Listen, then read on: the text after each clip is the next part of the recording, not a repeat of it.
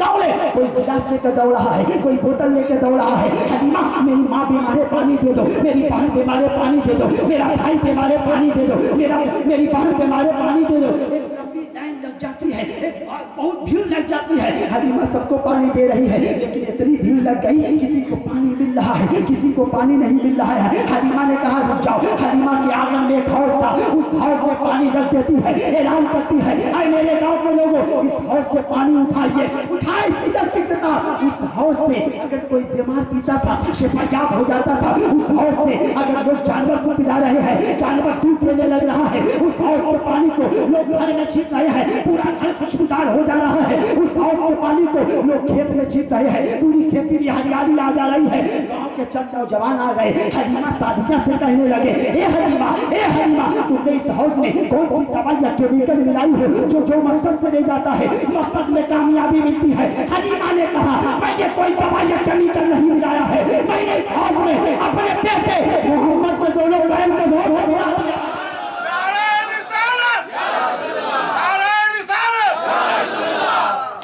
मैंने अपने बेटे मोहम्मद के पैर को धो कर मिला दिया है।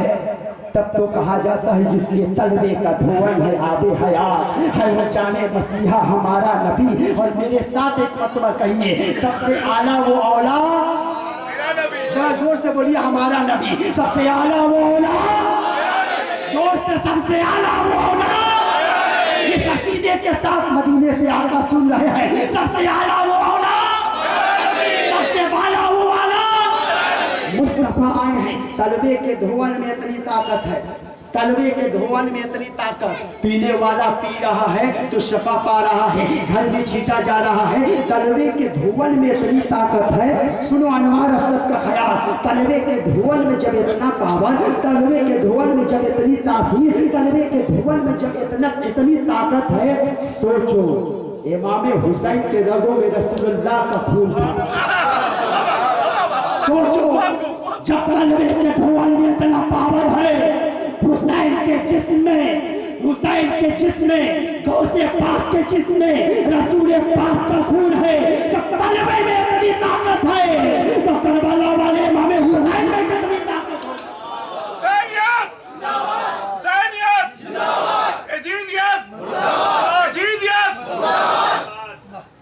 चाचा आप नारा लगा रहे हैं, नई नई बातें आ रही हैं, जोर से कह दो सुभान अल्लाह। कह रहे हैं यजीदियत मुर्दाबाद।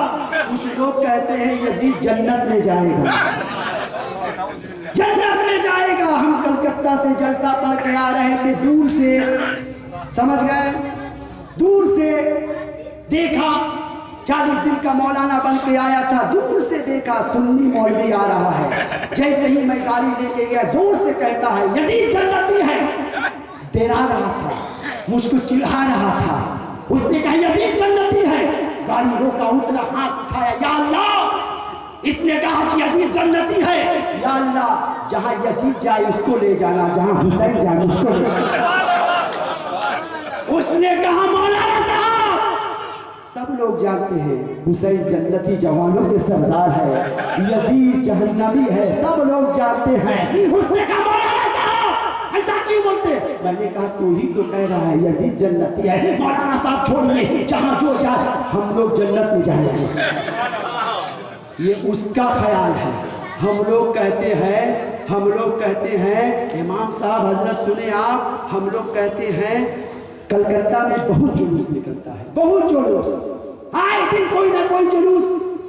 हम जलसे से आ रहे थे, दिन में देखे एक जुलूस निकला, बड़ी भीड़ लाइन बनाए, भीड़ भाड़ नहीं, लाइन से सब लोग लाइन से जा रहे हैं। अब बांग्ला जबान में कह रहे हैं दिखते होवे।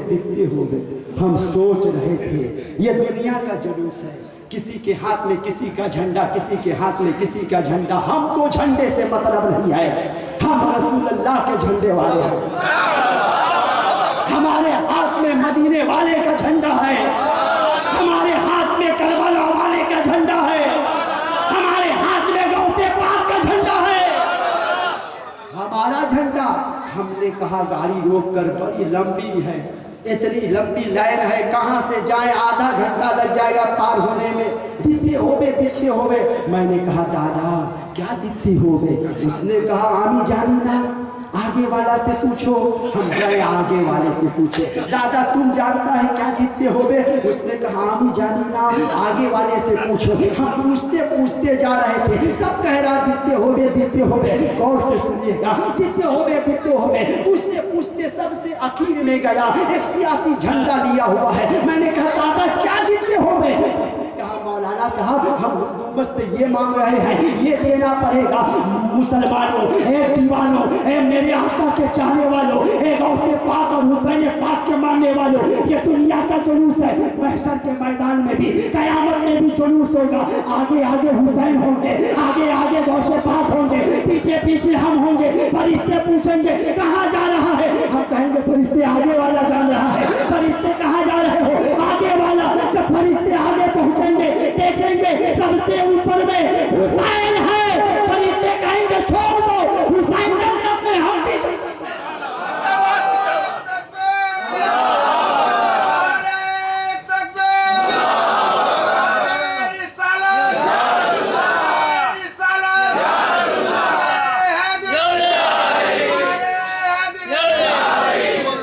कितना अच्छा लग रहा है, नारा हर लग रहा है। कह दो ना सुभान अल्लाह।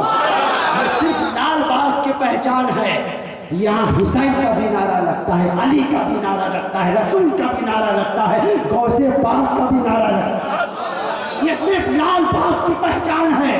यहाँ पर सबको लेके हम लोग चलते हैं। कह दो सुभान अल्लाह। यहाँ हमारे हाथों में सबका दामन है। कहीं एक दामन होता है तो हमारा अकीदा कहता है अरे कोई एक दामन छुड़ाए, चारों दामन मजबूत है। हम पकड़े हैं, हमारा हाथ कमजोर है, हुसैन का दामन मजबूत है। हम कमजोर है तो क्या, हमारी कमजोरी को ना दे। अहले बैत मजबूत है, रसूल की निस्बत मौजूद है, गौसे पाक की निस्बत मौजूद है। जो गौसे पाक फरमा दे अल्लाह कबूल फरमा लिया कर। एक मुरीदा आई, सुने, एक मुरीदा आई गौस पाक की, कहने लगी हुजूर पीर साहब मेरी सास बहुत ताने देती है, बार बार ताना देती है और कहती है तेरे भाग में लड़का नहीं है, सिर्फ लड़की ही लड़की है। हुजूर मेरे घर में सिर्फ लड़की है, मेरे बदन से पेट से सिर्फ लड़की हुई है। हुजूर सास बहुत गालियां देती है, ताने देती है। हुजूर दुआ कर दीजिए ना एक वो लड़का हो जाए, एक लड़का हो जाए। गौस पाक ने हाथ उठाया, दुआ फरमाया, फरमाते हैं जा लड़का होगा। कहते सुभान अल्लाह। जा लड़का होगा, जा लड़का होगा। अभी उम्मीद से भी नहीं है, सबसे पहले सास के पास आई, कहती है सुनो अब अगर मेरे शिकम में हमल ठहरा, बच्चे की विलादत हुई तो लड़का होगा। सास ने कहा इतने फख्र से कह रही है? तो मुरीदा ने कहा हाँ, इसलिए कि मेरे पीर ऐसे वैसे पीर नहीं है, मेरे पीर बड़े पीर हैं।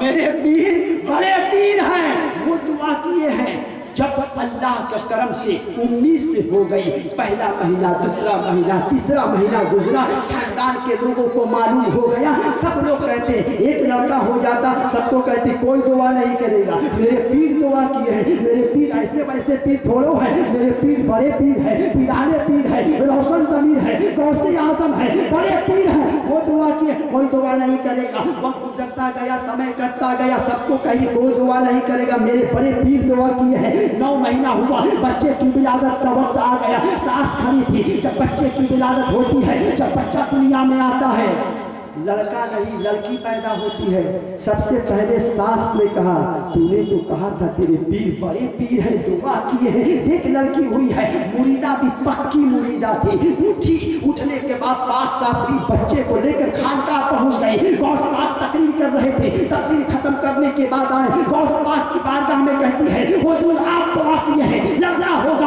आपने कहा है लड़का होगा, देखिए लड़की हुई है। गौस पाक फरमाते हैं ला मेरी गोद में, गौस से पाक लेते हैं, पेशानी चूम लेते हैं, फरमाते हैं ले जा, अब ये लड़की नहीं है लड़का है।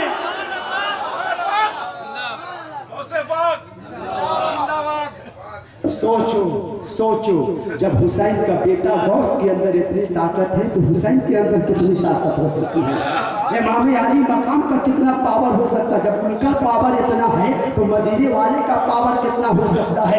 लोग कहते हैं कोई पावर नहीं है, अंधा को कोई लाइट नजर आता है? अंधा है, उसे पावर नहीं। हमारे दिल में ना कनेक्शन है, हम पावर लगा के हैं। सूझ लगता है मदीने की लाइट जल जाया करती है, सूझ लगता है बगदाद की लाइट जलती है, सूझ लगता है और नजबे अशरफ की लाइट जलती है, सूझ लगता है हुसैनी लाइट जल जाया करती है। उस लाइट में हर चीज को देखते हैं किसका कितना पावर है। अंधा को छोड़ दो, उसको अंधेरा और तारीकी रोशनी से कोई मतलब नहीं है। पता चला हमारा दिल रोशन है बगदाद वाले गौ से पाक के सदके में, इमाम हुसैन के सदके में। और इंशाअल्लाह जब रोशन है तो हम अपने अमल को भी रोशन करेंगे। रोशन है, गर्व करो तुम। बड़े बड़े नबियों ने दुआएं की नौजवानों, जितने कमेटी के नौजवान हैं सब मेरी तकरीर अब सुनिएगा। कोई बाहर में आए तो अंदर आ जाए नौजवानों, खुश नसीब हो। कल अगर कोई चिल्ला वाला कोई आपसे कहेगा इतना लाइट वगैरह लगाए हो, क्या फायदा? कलकत्ता से मौलाना साहब को बुलाए हो, इतना खर्च किए हो, क्या फायदा? नबी के जिक्र करने से क्या फायदा? तो अनवार अशरफ की तकरीर नहीं, 4 मिसरा सुना देना। कमेटी के लोगों तुम्हारे लिए बोल रहा हूँ, सुनो। लाल बाग के नौजवानों सुनो, तुम्हारे लिए। कल कोई कहे जिक्र रसूल से क्या फायदा, सुनिए अनवार अशरफ का 4 मिसरा सुनाइएगा कि दिल की आवाज से तस्वीर बना लेता हूँ, आहों के गैब से अक्सीर बना लेता हूँ। और हाँ, कल पिछले अय्याम तुझे बता दूं, जिक्र सरकार से तकदीर बना लेता हूँ, जिक्र सरकार से तकदीर बना लेता हूँ। हे नौजवानों, तुम खुश नसीब हो, कितना खुश नसीब हो। सोचो मेरे आका की बारगाह में जब हलीमा आती, मेरे आका खड़े हो जाते, मेरे आका उनके एहतराम करते। नबी अपनी माँ के लिए, दूध माँ के लिए खड़े हो रहे हैं। हे नौजवानों, तेरी भी माँ है घर में, तेरे भी अब्बा है घर में। माँ जब आवाज़ देती है तो मोबाइल में बिजी रहता है। सुनो, जब माँ बुलाए ना, दुनिया में किसी की दुआ कबूल हो या ना हो कहीं नहीं लिखा है, हदीस में कहीं नहीं है। भला मौलाना साहब, पीर साहब दुआ करेंगे तो कबूल है, मौलाना साहब दुआ करेंगे तो कबूल है, हाफिज साहब, कारी साहब दुआ करेंगे तो कबूल है। कोई गारंटी नहीं है, कबूल भी हो सकती है, नहीं भी हो सकती है। लेकिन हदीस में आया है जब माँ दुआ करती है अल्लाह उसकी दुआ को कबूल करता है। माँ बाप जब दुआ करते हैं ना, वो खुश नसीब है जिसकी माँ है, वो खुश नसीब है जिसके बाप हयात से है। हे नौजवानों, अगर तेरे माँ बाप है तो अनवार अशरफ अजमत के तौर पर कह रहा है, जिसके माँ बाप घर में है उसका मक्का भी घर में है, मदीना भी घर में। माँ के कदम को चूम लो, दर दर की ठोकरें खाते हो, इधर उधर जाते हो, जब मुसीबत आए कहीं मत जाना। नबी फरमाते अपनी माँ के कदम पर गिर जाना, नबी फरमाते हैं माँ के कदम को चूम लेना। आका फरमाते हैं जब माँ से कहना माँ दुआ कर, ए माँ दुआ कर। नबी फरमाते हैं माँ अगर आंचल उठा के दुआ करती है तो जिब्राइल आमीन बोला करता है। माँ जब दुआ करती है तो इजाबत से टकरा जाती है, दुआ कबूल हो जाती है। माँ की दुआ में बड़ी तासीर है। ए नौजवानों, तेरी माँ है तो खुश नसीब है। माँ बाप है कि तेरे घर में सब कुछ है। आपके मोहल्ले में कोई हाजी साहब हो, नौजवानों, लाल बाग के नौजवानों सुनो, कोई हाजी साहब हो तो पूछिएगा हाजी साहब आप हज करके आए हैं, हज कबूल है? माँ बाप की अजमत देखो, माँ बाप का रुतबा देखो, माँ बाप का मर्तबा देखो। कोई हाजी साहब हो, हाजी साहब से पूछिएगा हाजी साहब आप हज किए हैं, अल्लाह कबूल किया है? हाजी साहब गारंटी के साथ नहीं बता सकते हैं, हम पेशा की नमाज पढ़ के आ रहे हैं। आप पूछिए मौलाना साहब आप नमाज पढ़ के आ रहे हैं, क्या नमाज कबूल है? मैं कहूँगा कोई गारंटी नहीं है, मैंने पढ़ा, अल्लाह कबूल करे या ना करे। हे नौजवानों, अगर तेरी माँ है, तेरे अब्बा है घर में, तू खुश नसीब है। आओ मैं तुम्हें बता रहा हूँ 4 से 5 लाख रुपया लगता है हज करने में, लेकिन कोई गारंटी नहीं है अल्लाह कबूल करे या ना करे। लेकिन नबी फरमाते हैं जो बेटा, गौर से सुनिएगा और जोर से सुभान अल्लाह बोलिएगा, समझ जाइएगा तो सुनिए। नबी फरमाते हैं, आका फरमाते हैं, एक हाजी हज करके आए कोई गारंटी नहीं, एक नमाजी नमाज पढ़ के आए कोई गारंटी नहीं। नबी फरमाते हैं जो बेटा सब सवेरे अपनी माँ का चेहरा, अपने बाप का चेहरा एक मर्तबा मोहब्बत के साथ देखता है, अल्लाह उसको एक हज मकबूल का सवाब अता फरमाता है।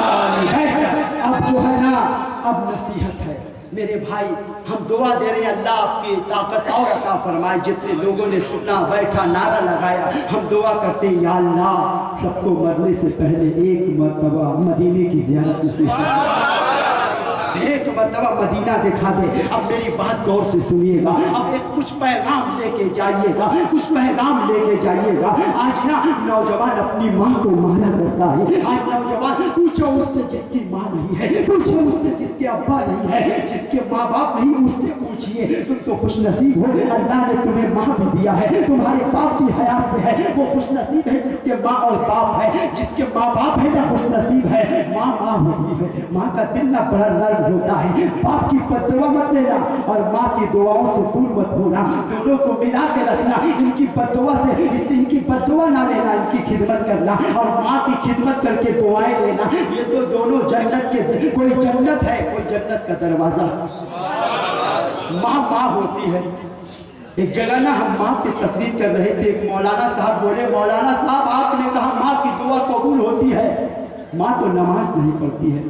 तो मैंने कहा मौलाना साहब हदीस में नहीं लिखा है माँ नमाज पढ़े तब दुआ कबूल। अरे मौलाना साहब, माँ ना झाड़ू दे रही है, माँ बर्तन मांज रही है, उसी हालत में आंचल उठा देगी ना तो अल्लाह उसकी दुआओं को कबूल कर। जैसी भी हो, तेरी माँ है तो खुश नसीब है। माँ ना कभी बद्दुआ नहीं देती है। माँ अगर रूठी है, इन लाल बाग के नौजवानों, अगर आपके अब्बा आपसे रूठी, आपकी अम्मा रूठी है, याद रखिएगा एक जिम्मेदार आलिम आपसे कह रहा है, सिर्फ तकरीर नहीं, हम आलिम भी पढ़ाते हैं। जिम्मेदार आलिम आपसे गुफ्तगू कर रहा है। आप एक हज नहीं, आप 10 हज किए हैं पूरी जिंदगी। आप एक साल 2 साल की नमाज नहीं, पूरी जिंदगी की नमाज आपके पास है। आप सदका खैरात खूब करते हैं, लेकिन याद रखिएगा पूरी इबादत एक तरफ। अगर अम्मा आपसे राजी नहीं है, आपके अब्बा राजी नहीं है, क़यामत में तमाम इबादत तेरे मुंह पे मार दी जाएगी। ये नौजवानों, अम्मा है आपकी, अब्बा है, माँ की दुआएं में, माँ की दुआ में बड़ा असर है। माँ कभी बद्दुआ नहीं करती है। अगर आपकी अम्मा रूठी है तो घर में चले जाना। अनवार अशरफ कहता है माँ का दिल ना बड़ा नर्म होता है। मैंने 4 मिसरे कहे थे कि साथ साथ चलने में देर कितनी लगती है, रास्ते बदलने में देर कितनी लगती है। माँ जो मुझसे रूठी है मैं उसे मना लूँगा, मोम के पिघलने में देर कितनी लगती है। माँ का दिल ना बड़ा नर्म होता है, इसका दिल ना बड़ा नर्म होता है। माँ ना माँ होती है, ये कभी बद्दुआ नहीं करती है, इसका दिल बड़ा नर्म होता है। अपने पूरी दुनिया में इमाम साहब हो तो बोलना पड़ेगा दुआ कीजिए, कारी साहब हो तो बोलना पड़ेगा दुआ कीजिए, पीर साहब हो तो बोलना पड़ेगा दुआ कीजिए, लेकिन दुनिया में एक जात है जिसे बोलने की जरूरत नहीं है। वो माँ है जो बगैर बोले बच्चों की दुआएं किया करती है। वो माँ है जो बगैर बोले बच्चों के लिए दुआएं करती है। नौजवानों, अगर अम्मा है तो अपनी माँ की दुआएं लेना। कारोबार बिगड़ जाए तो अपनी माँ से कहना माँ दुआ कर। अनवार अशरफ कलकत्ता से आके कहते तेरी दुआ कबूल होती है, हम देखना चाहते हैं। कसम खुदा की अनवार अशरफ को नहीं देखना। जमीन फट सकती है, आसमान फट सकता है, नबी का कहा हुआ कभी बदल नहीं सकता है। नबी ने फरमाया है, सरकार फरमाते हैं माँ जब दुआ करती है अल्लाह मुसीबत को दूर फरमाते हैं। उनकी दुआ लेना, उनकी माँ कभी बद्दुआ नहीं करती। जितना जुल्म कर लो, माँ का दिल ना बड़ा नर्म होता है।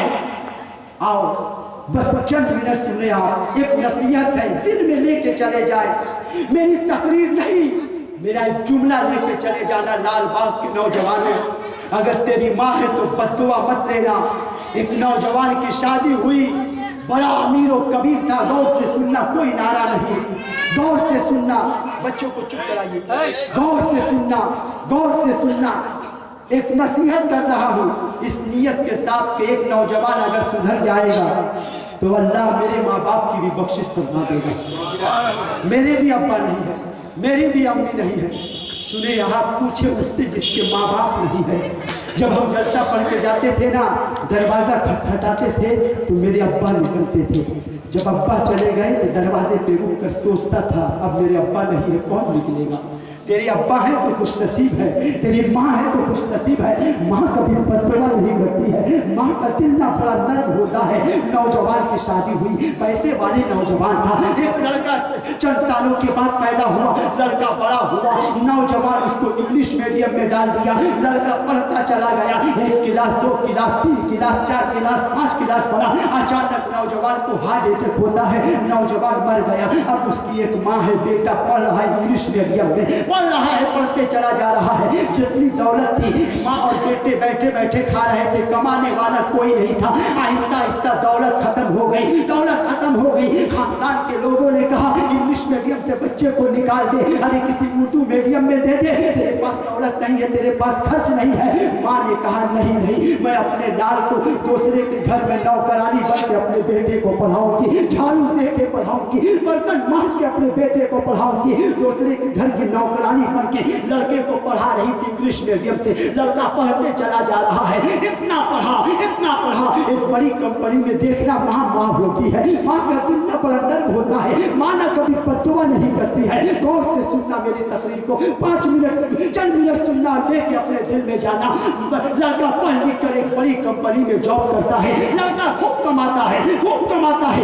इतना कमाया कि पूरे इलाके में सबसे अमीर हो जाता है, सबसे दौलतमंद हो गया है। शादी होती है, नई बहू आती है। कुछ दिन नहीं रहने के बाद जब लोग बूढ़े हो जाते हैं ना, उनकी हाजत बढ़ जाती है, उनका काम जरूरत बढ़ जाया करता है, उनकी जरूरत बढ़ जाया करती है, उनका काम बढ़ जाता है। सास जब बहू को कहती, कभी कभी सास बहू में लड़ाई हो जाती, तू मैं हो जाती, आए दिन कुछ न कुछ होता। एक मरतबा उसका बेटा, वही बेटा जिसको माँ झाड़ू दे के पढ़ाई है, जिसको माँ बर्तन मांज के पढ़ाई है, वही बेटा सुबह 6 बजे अपनी माँ को अपनी बाइक में बैठाया, लेके चला जाता है। माँ ने कहा बेटा कहाँ लेके जा रहा सुबह सवेरे? बेटा कहता है माँ इस घर में तेरी उम्र का कोई नहीं है, चल तुझे शहर के उस ओल्ड हाउस में ले जा रहा हूँ जहाँ तेरी उम्र की औरतें रहती हैं। माँ को लिया, शहर के ओल्ड हाउस में ला करके खड़ा कर दिया। दरवाजा बंद था, दरवाजे पे कहता माँ बैठ, दरवाजा खोले कर चली जाना। गाड़ी चला के चला जाता है। माँ है, चेहरे पे जूलिया है, माँ है, माँ बूढ़ी है, दरवाजे पे बैठी है। सुबह के 10 बजे झाड़ू देने वाले जब निकले ओल्ड हाउस से जब निकले, एक बूढ़ी औरत बैठ के रो रही है। झाड़ू देने वाला अंदर ले गया, तमाम बूढ़ी औरतें आ गई। तुझको कौन छोड़ के गया है, तुझको कौन अकेला छोड़ के गया है? वो बूढ़ी कुछ नहीं कह रही है। तमाम औरतें जिद करी, बता ना तेरे बेटे का नाम क्या है? वो बूढ़ी औरत कुछ नहीं कह रही है। उसी में से किसी औरत ने कह दिया, लग रहा है ये औरत अपने बेटे से नफरत करती है, नाम तक लेना नहीं गवारा कर रही है। उस बूढ़ी औरत को पूरी ताकत जमा करके खड़ी होती है और कहती है नहीं ये मत कहना, मैं अपने बेटे से नफरत करती हूँ, आज भी मोहब्बत करती हूँ। नाम इसलिए नहीं ले रही हूँ, मेरा बेटा इस शहर का बड़ा मशहूर आदमी है, नाम ले लूँ